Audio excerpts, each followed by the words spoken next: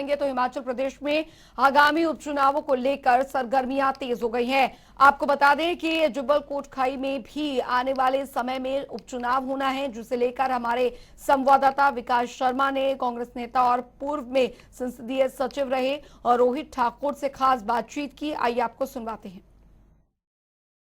हिमाचल प्रदेश में आगामी दिनों में उपचुनाव हैं और ऐसे में राजनीतिक सरगर्मियां तेज देखी जा रही हैं। फिलहाल मेरे साथ बात करने के लिए मौजूद हैं हिमाचल कांग्रेस के नेता और हिमाचल कांग्रेस की सरकार में पूर्व में रहे मुख्य संसदीय सचिव रोहित ठाकुर। रोहित जी, चुनावी सरगर्मियां तेज हो गई हैं, किस तरह से देखते हैं राज्य सरकार के 3.5 साल के कार्यकाल को?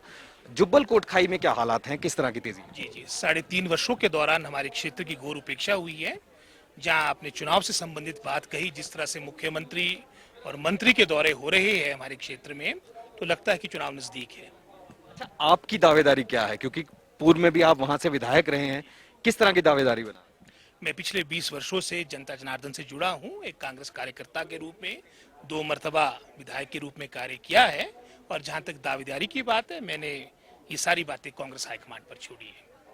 आज मुख्यमंत्री दौरा कर रहे हैं, आप शिमला में प्रेस कॉन्फ्रेंस कर रहे हैं और वहां पर जो घोषणाएं जो चल रही हैं, किस तरह से देख रहे हैं आप?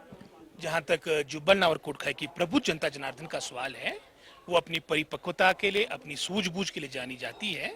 3.5 वर्षों के दौरान मैं एक तो छोटा सा उदाहरण देता हूं, जो हमारी ऊपरी शिमला की जीवन रेखा है, ठेव खड़ा पत्थर हाटकुटी रोड, जिसका मात्र कोई 8% के आसपास कार्य शेष रह गया था, ये उसको भी करने में सफल रही।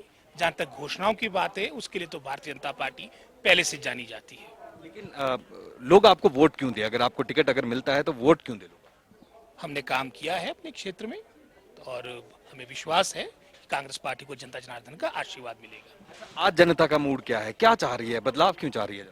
आप किसी भी स्तर पे देख लीजिए, चाहे वो कोरोना का मिसमैनेजमेंट रहा, चाहे केंद्र सरकार की बात है, चाहे प्रदेश सरकार की बात है, चाहे हमारे 3.5 वर्षों के दौरान हमारे क्षेत्रों की जो उपेक्षा हुई, विशेष रूप से बागवानी क्षेत्र की, उसके अनेकों उदाहरण आपके सामने मिलेंगे।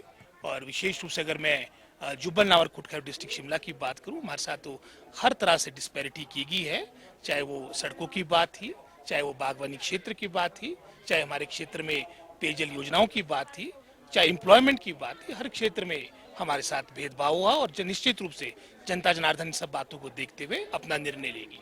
लेकिन मुख्यमंत्री और राज्य सरकार तो ये कह रही है कि बहुत विकास हुआ, वहाँ पे बहुत अच्छे पैमाने पर विकास हुआ है, लोग जो है इस बात को समझ रहे हैं और हवा जो है वो बीजेपी के हक में। दिल खुश करने को ख्याल अच्छा है, गालिब ने कहा है। और अगर इतना विकास हुआ होता तो उन्होंने वहां पर 3 मंत्री नहीं लगाने होते और ना ही मुख्यमंत्री को इतनी दफा जाना पड़ता वहां पर। आपको क्या लग रहा है अभी जिस तरह से आप अपने काम जो है वो गिना रहे हैं कि आपने अपने कार्यकाल के दौरान बहुत अच्छे काम किए हैं, आपको लगता है कि इस बार चुनाव जो है वो चुनौती क्या देखते हैं आप? चुनौती तो चुनौती होते हैं और जहां तक जनता जनार्दन का निर्णय वो सर्वोपरि होता है। और निश्चित रूप से जैसे मैंने कहा, ये धन बल और जनबल की लड़ाई है और इसमें जनबल जीतेगा। इनसे बातचीत करने के लिए शुक्रिया। तो ये थे कांग्रेस नेता रोहित ठाकुर। इनका साफ तौर पर कहना है कि लड़ाई राज्य सरकार से है और ऐसे 3.5 साल के कार्यकाल कुछ खास राज्य सरकार ने नहीं किया है, जीत इन्हीं की होगी, क्योंकि विकास काम जब इन्होंने अपनी राज्य सरकार के समय में जब ये सत्ता में थे तब इन्होंने काम जो है वो यहाँ पर ज्यादा किया, जिसके दम पर अब टिकट इन्हें मिलेगा और जीत इन्हीं की होगी। कैमरा पर्सन रोशन के साथ विकास शर्मा, जनता टीवी, शिमला।